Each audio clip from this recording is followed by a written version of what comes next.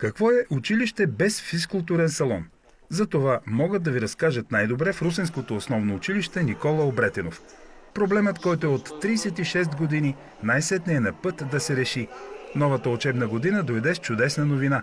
Държавата и общината инвестират общо към 3 милиона лева в изграждането на салон и топла връзка с сградата на училището.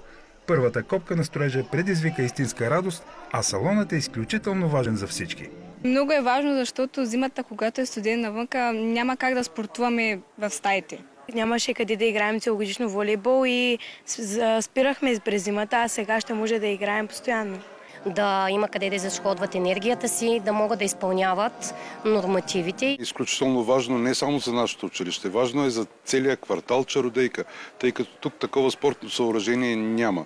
Над 2 милиона и 600 хиляди лева се инвестират. От тях 1 300 000 са общински. Събитието почетоха кметът Пенчо Милков и началникът на регионалното управление на образованието Росица Георгиева, а освещаването води лично русенският митрополит Наум.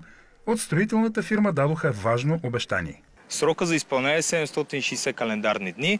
Ние ще се опитаме да го предадем предсрочно. Което означава, че е възможно още идната учебна година децата да си имат физкултурен салон. Той ще е с топла връзка с училището и дори ще има над 120 седящи места за зрители.